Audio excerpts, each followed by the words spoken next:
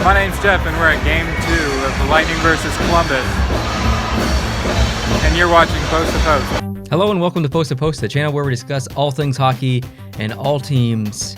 Can you believe that we're actually making this video titled "The Blue Jackets Sweep the Lightning"? Like, is this real life? Is this actually happening? I can't believe we're making a recap video 7 days to the day after the series started. Tampa Bay was the first team to clinch a playoff spot and the first team to be eliminated. That's unreal. There's so much to say, but at the end of the video, where does Tampa go? What do they do? There was a lot of talk on sports radio today. I was away from home all day long. I was on the road driving, and I tuned into TSN 690 in Montreal and TSN or Sportsnet 590 in Toronto and TSN 1050 in Toronto. And that was the talk. When it wasn't about the Leafs-Bruins series, it was the talk about what does Tampa Bay do now? Do they do anything different? Do they soul search? Do they figure out what went wrong? Do they raise a banner for the President's Cup in the first home game of the season next year? Do they accept the President's Cup trophy at some point in a public ceremony? Right now, I think they have to, don't they? Well, I don't know how what the rules say, but like there is a motto in some teams, including the team I cheer for, that we don't hang division champion banners. We don't hang President's Trophy banners. We just hang Stanley Cup banners. Mm-hmm. And if we don't earn a Stanley Cup, we're not hanging anything. And that's how Montreal's approach is, and there's probably other teams like that too. Tampa has some other things, divisional champions, Eastern Conference champions, whatever. They have banners like that. And this would be a pretty good one, the President's Trophy, league champion, at least regular season league champion. Yeah, and basically a historic season. But right now, the mood people are in, nobody would want to be at that ceremony. If I were running the Tampa Bay Lightning and it was my decision as to how to do the championship banner, if I was going to hang one, I'd hang it at midnight with nobody around in the middle of July. And you wouldn't say anything. Wouldn't say anything. Someone will notice it in October. Oh, there's a new banner hanging up there. But no one saw it go up. No one saw any applause or any foo-for-ah about it. It just happens to appear there. That's what I would do because it's been an embarrassing season ending for the Tampa Bay Lightning. It has been an embarrassing, and it's unbelievable. It's like, I'm sure there's people out there who, when they did their bracket, they jokingly made a bracket where Columbus sweeps Tampa, and the most unrealistic situation in this entire playoffs. And it actually happened. If you had gone to Las Vegas odds makers, someone did. Someone obviously would. Someone out there has just won hundreds of thousands of dollars. Yeah, with a $1,000 bet, and now you're $500,000 or something. It's whatever. I don't know what the odds were, but it's insane, and it proves me wrong a little bit on my pessimistic view of the playoff bracket system and how it was going to go down. This was way more exciting. Now, it would have been 1 versus 8 anyway. This particular series would have been no different. Tampa Bay finished first. Columbus got in 8th place, so it was a Nashville-Chicago 1 versus 8 scenario. So that wouldn't have changed even if the playoff situation were different. But to see such a point spread between the 98 that Columbus got and 150,000 that Tampa Bay got, whatever it was, to see them meet each other, a lot of things happened. In the discussions today, some of the guys were talking about Tampa really having nothing to play for lately because they'd already locked up and clinched the President's Trophy. And by the time they realized that they had to start playing hockey for real, it was this morning. Yeah.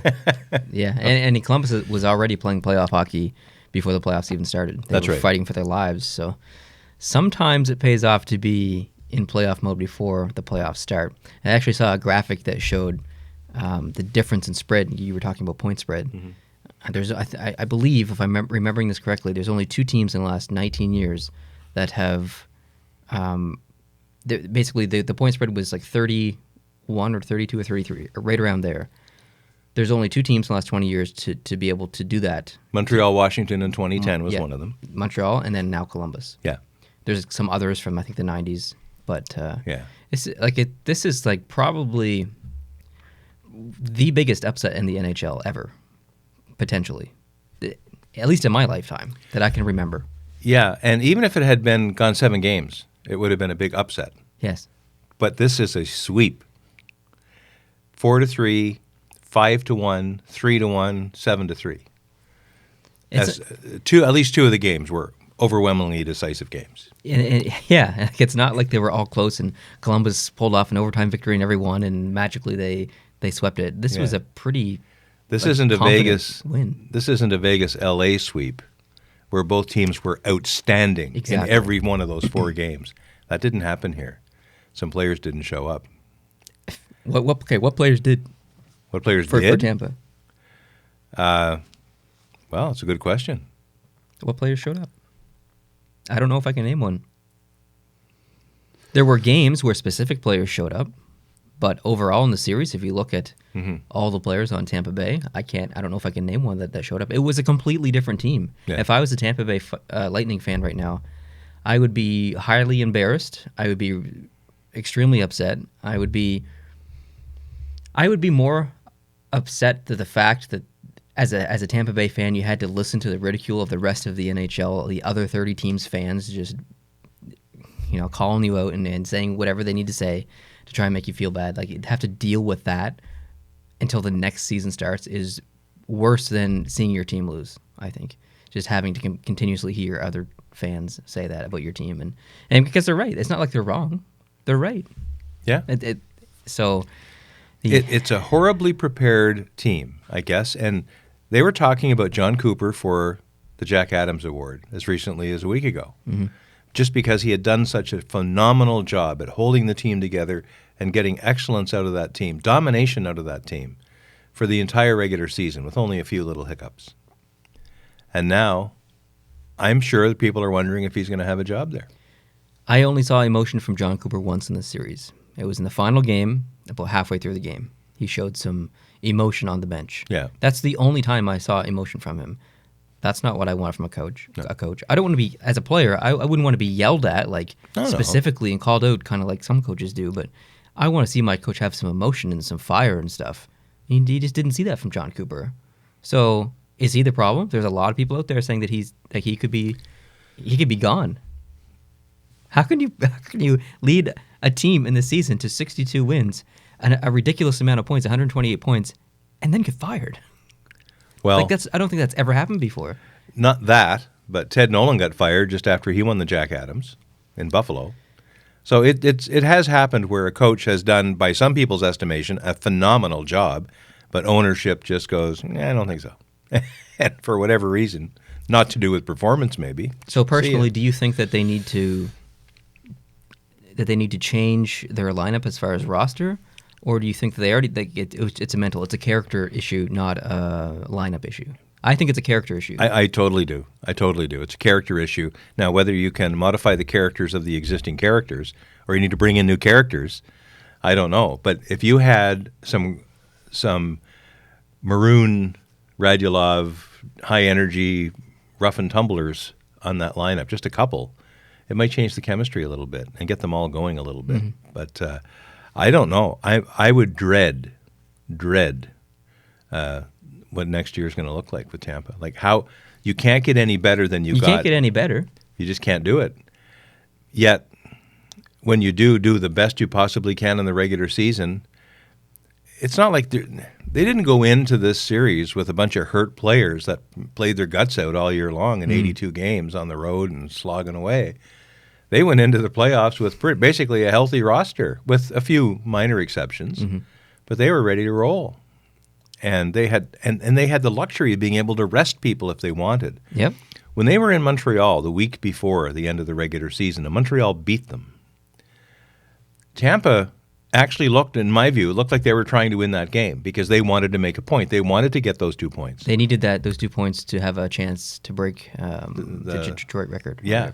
So they needed to win that game, and they didn't. And Montreal needed even more desperately to win that game, and they did. And Montreal didn't even get in the playoffs. And yet, when it came time to which team had the will to win, and I think Tampa had the talent more so than Montreal, but Montreal had more drive. Columbus, I think what happened here is they underperformed after the trade deadline. People lowered their expectations of Columbus. Oh, yeah, they snuck in the playoffs. Well, we'll see what happens. But somehow, like you look at Tortorella versus Cooper. Just look at those two total approaches to life. And they're night and day, those guys. And if you had, I think, I'm just saying this, if Tortorella was back coaching Tampa Bay like he was when they won the Cup, and Cooper was on the other side coaching Columbus, I think you'd have a totally different outcome. I completely agree with that statement. That is a very true statement. I completely agree. I'm one of those people who blame a lot on Cooper himself. And Tortorella was great this series, I thought, as well. Fantastic. It was awesome. Probably the best coaching series that he's ever coached. I mean, he's had some pretty successful times. He was in New York, had success there. Tampa, obviously, with the Cup. He's a guy with a lot of experience and a lot of deep playoff runs. But I think this series specifically was his best. And Columbus, like, there's a lot of things that made this series end the way it did. The poor play and the lack of character from Tampa players.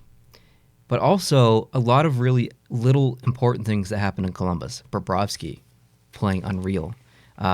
Duchesne finally getting going. We said before the series started, Columbus isn't winning the series unless Duchesne is going. And look at him now. He's going. He played really well. Chemistry is coming along in Columbus. They just shut down Tampa completely. They kept the shots to the outside. They just did a fantastic job defensively and offensively. They were extremely successful. Their power play looked good. Like every little aspect of the Columbus game looked so good, and every aspect of the Tampa team looked just terrible. Like there's so many things in the series that came together to make this happen. And if they played another 4 games next year, if Columbus, well, just hypothetically, if we go back, we'll say we'll go ahead a year, exact same teams. Exact same situation, point totals. If they play again, Columbus doesn't sweep Tampa. I think the stars just aligned. Yeah, and some of it is just chance, but some of it is the lessons you learn from losing. And those are some of the points made on the radio calls today.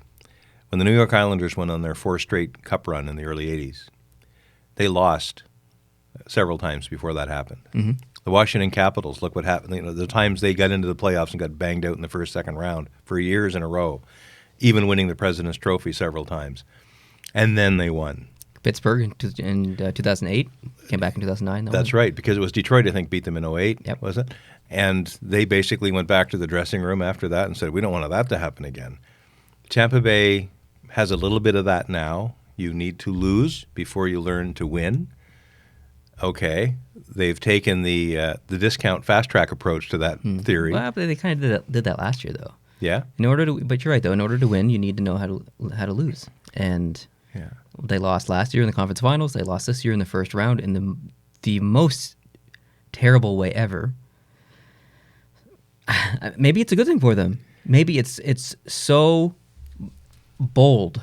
It's such a slap in the face in every way possible that it's the best thing that can happen for them. And maybe next year they get 128 points again. Maybe they're a mediocre team and they barely make the playoffs. But maybe their character will be better. They'd be better off getting off to a slow start and clawing their way up the standings late in the season. They didn't have any adversity the entire season. No. Not once. Ever. On any level. And in past years, Stamkos was down with lengthy injuries. Ben Bishop was down with a lengthy injury. That's the year that Montreal swept them and never should have, because it was 2014. Yeah, because Tampa just had a great team, but Ben Bishop, they were banking on Ben Bishop and he wasn't there, and then Montreal filled the net. That should never have happened. And in the past, they've had things they could blame it on. They've got nothing now except themselves, collectively, to blame this on. Mm-hmm. And for the other teams in the Eastern Conference who are thrilled or would be thrilled. If you told them at the beginning of the series, by the way, Tampa's getting knocked off, and one of you guys is going to get to play Columbus, they'd be like, right on. Mm-hmm. Now, I don't think they'd be so happy. Toronto and Boston knew before, like, we're filming this as Game 4 is going on between Toronto and Boston. Yeah. Those two teams knew who they were going to play in the next round before they played the fourth game in their series. That's amazing. Unreal. That's amazing. So they already know that they're going to play Columbus regardless of who wins. So is Toronto scared of Columbus? Is Boston scared of Columbus? I know I would be. I'd be scared poopless. Poopless. There is no poop left. Absolutely. Yeah. Sans poop. Poop would be gone. Because any team that can take Tampa Bay and wrestle them to the ground like that and just make mincemeat of them can do that to any other team in the league. Mm. And the other teams in the league are basically finishing where Columbus finished. I think it was Bob McKenzie made a point on the radio today. If you look at take Tampa out of the picture of their regular season points, look at everybody else. Calgary, the second best team, or not counting Tampa, the best remaining team in the league, had 11 more points than Montreal. And Montreal didn't get in the playoffs. Mm. And that's not to discuss Montreal, but it's just to show you how compressed that echelon of teams is. That's where the parity has gotten us. It's all there. And someone else made a point tonight on the radio. When was the last time in the NBA you saw a number 8 seed beat a number 1 seed in the playoffs? It's probably never happened. Or certainly hasn't happened in the modern era. I don't know. I don't remember. They haven't achieved, and maybe they don't want. Maybe they want the Cavaliers and the Golden State Warriors to dominate all the time forever in the NBA. Maybe that's what they want. The NHL, clearly under Gary, doesn't want that. Mm. And he's getting what he wants now. Utter parity. It's all about parity. It's all about and parity. it's great for the NHL. It's fantastic. Great exposure for the league. And for Tampa to go down, now, okay, hockey's over with in Florida. Some people probably still think that hockey should never be in Florida in the first place. But it's gone for this season in Florida. And that's a stunning story in the Tampa Bay market, but in the rest of the league, it's catching fire, I'm sure. Mm. And the other series that we'll be talking about in a different video that went out in 4. Yes, we'll do that next. That's incredible. But there's teams that were only 3 points apart in the standings. So you would have expected maybe more of a 6 or 7 game series there. Whereas in this series, you expected maybe 4 games, but the other way around, right? Exactly. Just unbelievable. Complete, utter praise and credit for Tortorella and Bobrovsky. Did you see the lineup at the end of the game when they were shaking hands? And Bobrovsky gets up, I think it's to Kucherov, and they're both Russians. Panarin. Yeah. Yeah. It was Panarin and Kucherov. Panarin. And like, isn't this great? Oh, I guess it's not great for you, is it? Well, a lot of people were saying that it was kind of rude of Panarin to do. He just didn't know. And it did look rude, but they're friends off the ice. Yeah. Like they're actually, like they hang out together. Yeah. From what I've read and seen online, they're actually friends in real life, which makes sense. They're both Russians. Yeah. But then there was a moment between Bobrovsky and Vasilevsky, too, near the end. And Bobrovsky was – I'd never seen him so animated. I'd never seen him so bubbly. Mm-hmm. And then, of course, Vasilevsky just lost in 4 straight games. He's not going to be bubbly. Yeah. And I'm sure part of him's happy for Bob. Right. But you can tell that Columbus is still – just looking around saying, did we really just do that? Did we really just do that? Did you see the picture today on social media of Bobrovsky and Panarin together? No. They've got no shirts on. They're in some high-rise suite partying. It looks like they're partying. They got no shirts on, but whatever. Anyways, pretty funny. This is an interesting for development for the state of Florida because if, hypothetically, Tampa blows up their team, and you look at the state of Florida, not the state of Florida, but the state of the Florida Panthers. They just got Quenneville as their coach. If Panarin and Bobrovsky decide to go together, because they have the same agent somewhere, Florida is the most likely destination. Yeah. Florida also has a couple of other moves they want to make in the offseason. We could literally see things swap between Tampa and Florida next year. Florida could be at the top of the Atlantic just killing everybody. And Tampa could be struggling if they decide to blow it up. Who knows? Yeah. And that's what is so exciting about the NHL. That's why it's the best sport in the world, in my opinion. Not just the fact that the sport itself is great, but there's so much parity now in the NHL that anybody can win. We saw it with Vegas last year, their first year in the NHL. Now Columbus won their first series ever as a franchise against the best team in the last 20 years, or almost 25 years, and swept them. This is parity, and it's awesome. It's great. Are you cheering for Columbus, regardless of who they play in the next series? If Toronto beats Boston in the series, I think I'm obligated to cheer for Toronto. As a Canadian, as a red-blooded, good Canadian boy, I'm obligated to cheer for Toronto officially. What do you mean officially? On camera? Well, I don't mean it that way. Oh, my goodness, I wouldn't be like that. I'm cheering for Columbus. I don't care who they play. No beating around the bush. I would be so excited if they turn this into a real story. Heck yeah. That'd be awesome. Okay. Now, Columbus plays the Islanders. That's what I Conference just want to final. say. What are you doing there? Man, I love the Islanders so much. Mm-hmm. And Columbus, this is a one-shot deal. We're all in, guys.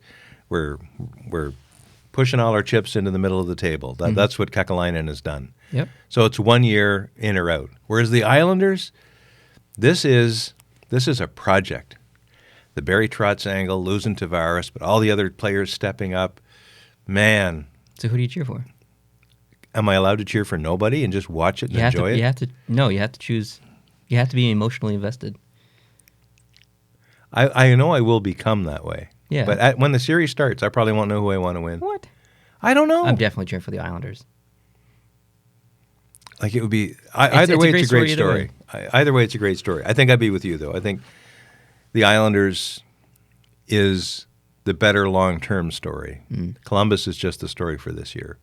And we'll be talking about it a month from now when it happens, if Columbus makes it that far. It's crazy to think that we can, a month from now we can look back on this video and either think that we're idiots for talking about Columbus and the Islanders in the conference finals, or be like, oh man, they actually did it. Like, that's crazy. Well, right now, if you look at Toronto and Boston, if they go to a 6 or 7 game series, Columbus will have basically a week's worth of rest. And not only rest, but the opportunity to scout and to get ready. And Columbus would probably play the same amount of games against both teams, like 3 games probably. So there wouldn't be a lot of team-on-team experience there. Maybe 2. No, it'd be 3. Probably be 3 in the conference. I'd have to look it up. But Columbus will be so ready, and Boston or Toronto, whoever comes out of that series, will be bruised up a little bit. They'll be sore. And Columbus will not have home ice advantage, right? That's true. So they will be the road team all the way through now, because when you finish 8th, that's what happens. Even if you do knock off the big cheese, that's what happens.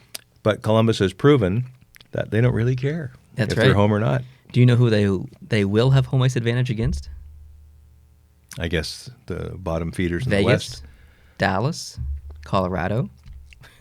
That's crazy. That is crazy. That is crazy. All of which finished lower than Montreal. Thank you very much. Yeah. Montreal would have home ice advantage on Colorado, Vegas, and Dallas, but they're not in the playoffs. So anyways, that's a good conversation. Thanks for joining me. Hope you guys enjoyed this video and this little conversation. If you're a Tampa fan, obviously you did not enjoy this conversation or this series, but regardless, I appreciate you watching. Hope you're enjoying other hockey going on in other series. I hope you can hit the subscribe button if you're not subscribed already, and we will see you in the next video. Adios.